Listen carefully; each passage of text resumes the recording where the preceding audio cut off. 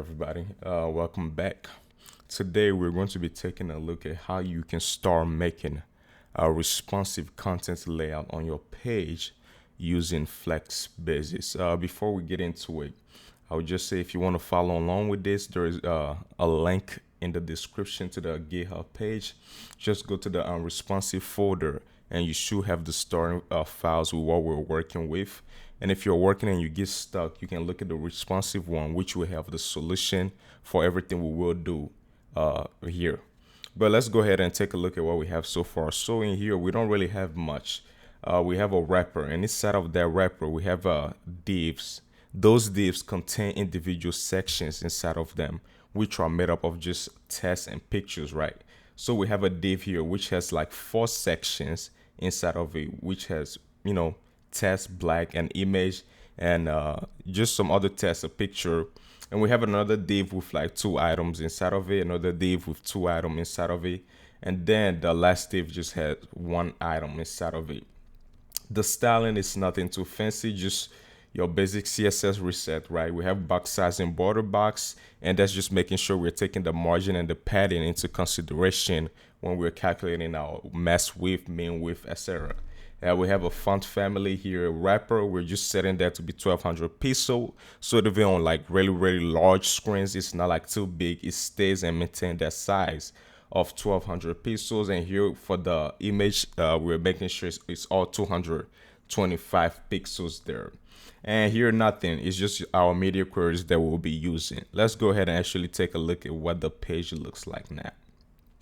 So this is what the page looks like. Like I said, just basic image and text files. And we'll be going ahead and starting with our mobile responsive approach first. And what that basically means is everything we're going to write right now is going to be inside of a media query, right? And the reason why you should always start with a mobile responsive approach is that what? Your file, your page, your layout is already mobile responsive. You don't need to, go ahead and mess it up trying to design it for other screens just to go ahead and make it mobile responsive again, right? Look at this. It's already mobile responsive. Maybe you will need some margin, some padding, but it's already mobile responsive. So we'll just leave this alone. And everything that we'll do will have to be for the desktop screens and for the iPad or tablet or whatever it is, but it's already mobile responsive. This stops being mobile responsive when you start adding in your floats and your flex and all of that.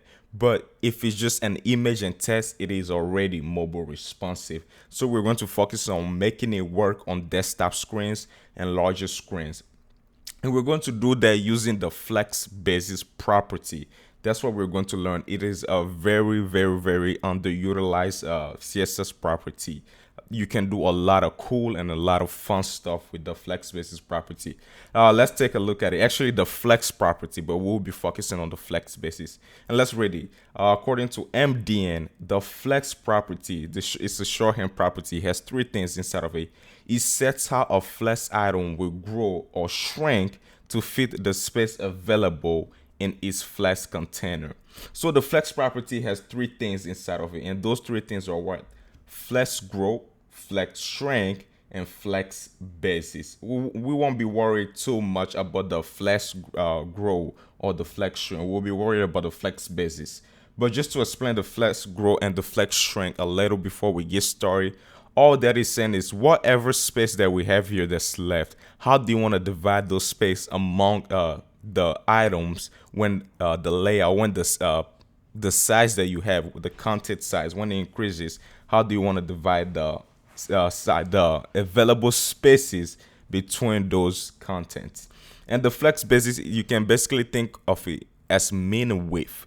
It basically determines the main size of an item, right? So if we set the flex basis to be 100 pixels right here like they did, then the item is going to be 100 pixels. The main size of the item is going to be 100 pixels. Now, that will change depending on if you add a flex grow and a flex shrink and we have space available. But again, we will not be focused on flex grow and flex shrink. We'll mostly be focused on flex basis. So let's go ahead and get started. Enough with the talking. The first thing we're going to do here is add a div, is add a class to all of the divs so we can actually target them, right? And since we're going to make this a row, the class here will basically be row. We add a class of row to that, a class of row to this. We're adding a class of the row to the divs that all of the sections are inside, so we can target it in our CSS, right? Equals row. And now last one here, div class equals row. And now that we're here, for the styling for the row, we're going to write all of that inside of right here where it says grid system mobile first, because this is a general styling that's going to apply to everything. It has absolutely nothing to do with the responsiveness. So we can go here and add the general styling, which again, we're going to be using Flexbox. So that's just going to be display of flex right here. And we can use a shorthand property called flex flow right here. And what flex flow is basically flex direction and flex wrap in one thing, right? So this will be row wrap. That's what we'll be using. It is the same thing as saying flex direction, row, and then flex wrap. It is the same thing. We're just putting it together. It is a shorthand property. So flex flow of a row wrap, and what that wrap is basically doing is when we no longer have space for the content to stay on that page, we want it to wrap around to the next line. And we're just going to align items to the center, which is not needed, and test align to the center here. Just to make sure we have everything to the center nicely. Let's go back to our page. Nothing changes, not really, because again, this is in a row. We want it to stay like this when it comes to mobile responsive, right? Everything else we're going to write will be for the other desktops. And let's go ahead and add other properties in here. I think we should start with the desktop screen sizes and actually take a look at this flex CSS property and how we can use it. So first we want to think, how do we want this to look? How do you want it to look? And the thing is, we have, for the first div that we have 4 sections inside of it, right? Which is black, latte, cappuccino, americano. So what we're basically going to do is put all of those on the same line, stretching from left to right. And it's going to be 4 of them on that same line. So it's going to be 1 right here, 1 right here, 1 right here, and 1 right here. So to target those, we will need to actually call them something so we can target it in the CSS. And it makes sense to just call this column 1 right here, because again, this is going to be the first column, right? So let's go ahead and call it column 1 right here. We have 1 here equals column 1.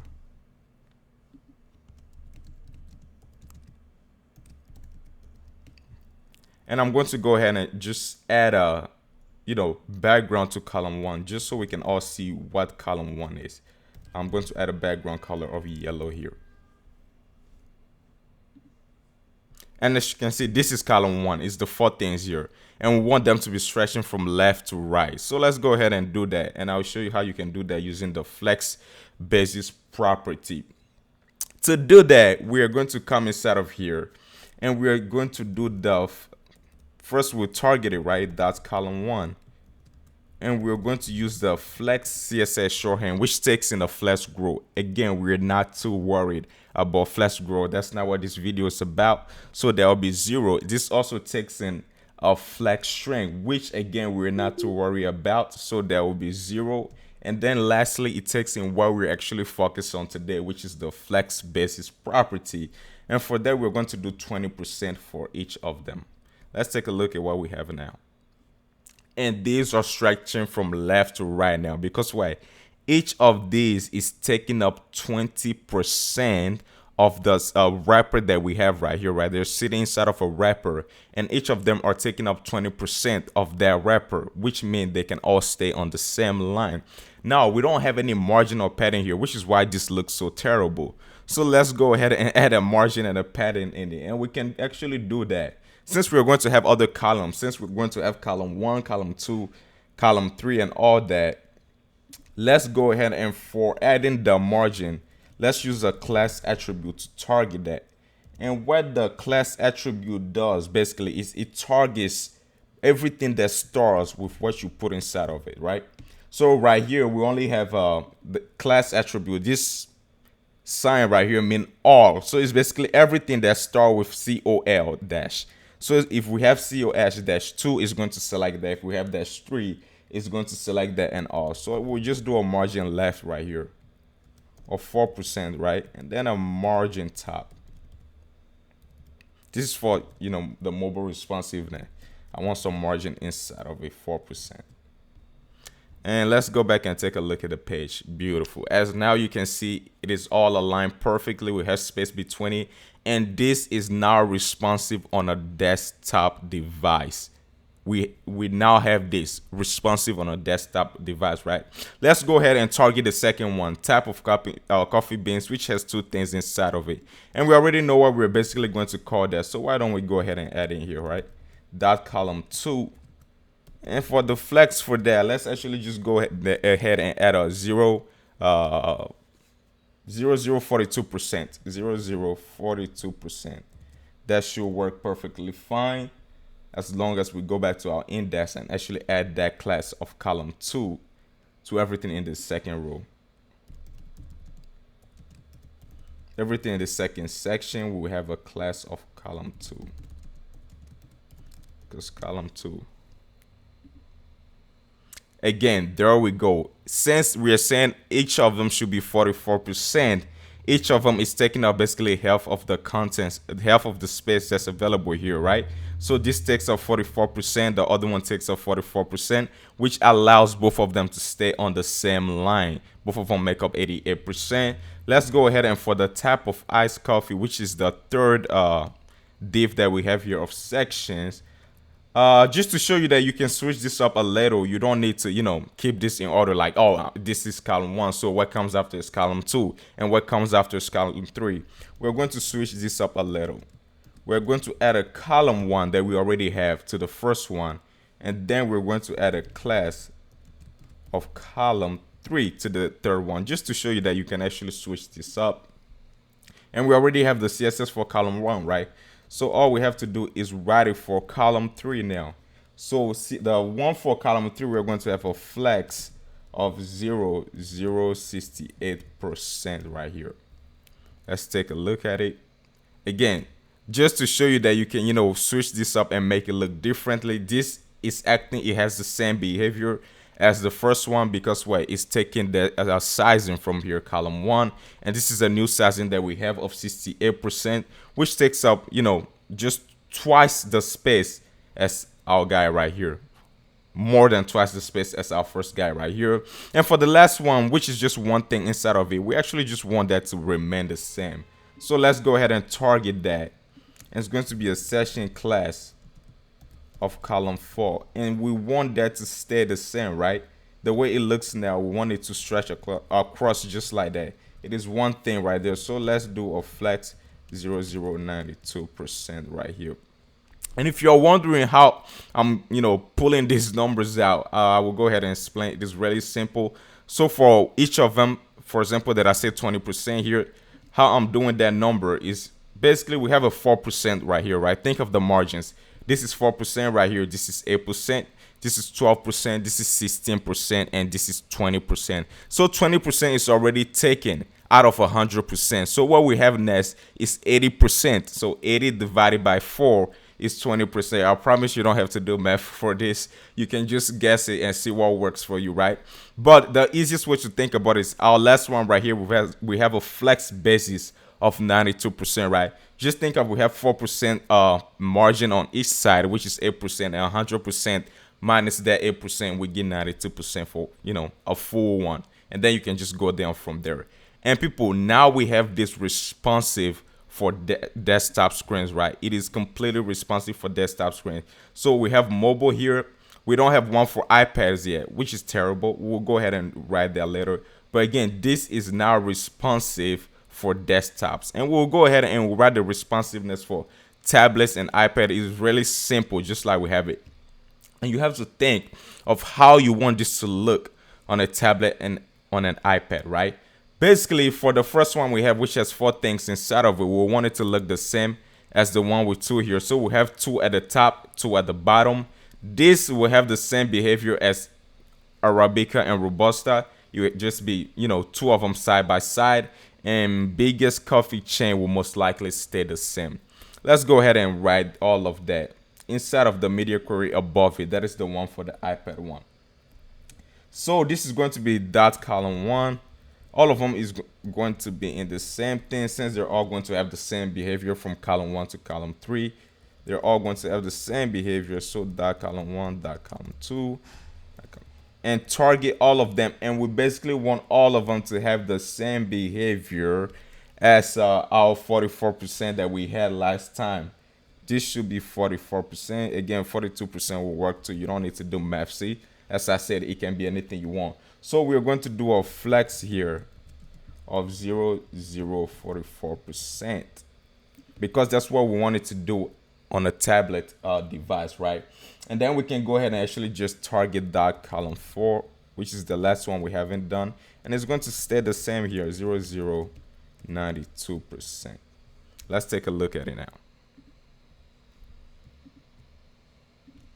Now, this is desktop mode, and when we go down a little just to tablet and iPad mode, look at what happens. Now we have responsiveness for this screen. So look at it. So right here, desktop, and then we switch down to iPad right here, responsive. Pretty cool, isn't it? And then we go down to mobile, which we didn't even have to write anything for. That is really, really cool, isn't it? And let's go ahead and make this look more like a coffee page. You would never see a coffee page with a white background. And I just like, having the dark background. So let's go here and let's add a background color of black and a color of white, so the text can actually show. And I went ahead and chose some colors for each of the individual sections, just to make this look a little better. I didn't want to waste your time with that, so I would just comment that out, and make sure you remove the one for yellow, the one we added, so we could see it right here. Yeah, make sure you get rid of that. And again, we have a proper content layout here that actually looks good now. Mobile responsiveness, tablet responsiveness right here, and then desktop screen responsiveness. Pretty cool. And let's go ahead and do a fifth exercise, right? Let's say we're going to have another section under here. We'll call it our fifth section. Let's say we're going to have a fifth section here, and fifth section is going to have 3 things inside of it. You can just come up here and copy 3 things from here. Copy all of these, and we'll remove one of it because we just want 3 things, right? So it's going to be like that, and you can delete the first one. And this is going to be 3 things at the bottom that we have now. Right now it's going to have the same styling because we didn't change anything. But what we basically want this to do is we want the black to remain the same, the cappuccino to remain the same. But we want the latte to have the same behavior as basically Arabica and Robusta here, right? We want it to take up twice the space as cappuccino and black. And what I mean by that is we want it to have a behavior such as this. So it's going to be 1 right here. It's going to be 2 in the middle, which it takes up like twice the space of 1, and then it's going to be a 3rd one next to it. So how do you do that? Again, we already the one for column 1 and column 2, and the one for the first section right here, and the 3rd section right here is already perfect. So all we need to worry about is this section, and since we already have the styling for that, you don't really need to do much. All we need to do is go ahead and actually change this to column 2, and bam, because we already wrote all the styling for it. Now look at it, column 2 right here, perfect. And now we can actually go ahead and see how do you want this to look on a desktop, on a tablet screen. How do you want it to look on a tablet screen? And that is up to you. But on a tablet screen, I went ahead and put something here, right? We want the large one that we have, which is latte, on the tablet screen to be at the top right here, to be 2. And then the 1 and the 3 will have behavior next to each other, just like we have had many times. So how do you do that? Well, you can actually go ahead and add another styling to the second one, since it is the one that will be changing, right? So let's go ahead and do the column 5 right here. And what we're going to do basically is in a tablet screen. Again, let's go ahead and take a look at what this looks like in a tablet screen now.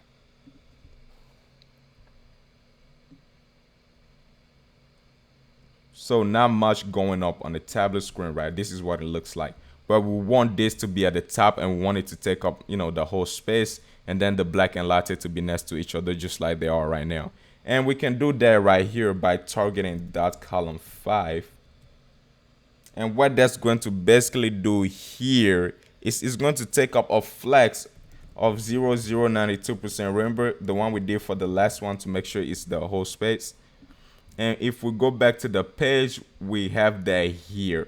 It takes up the whole space just like we want it to. The only problem is it is between them, so it's not going to allow black and cappuccino to sit next to each other. So you need to change the order so this one stays at the top.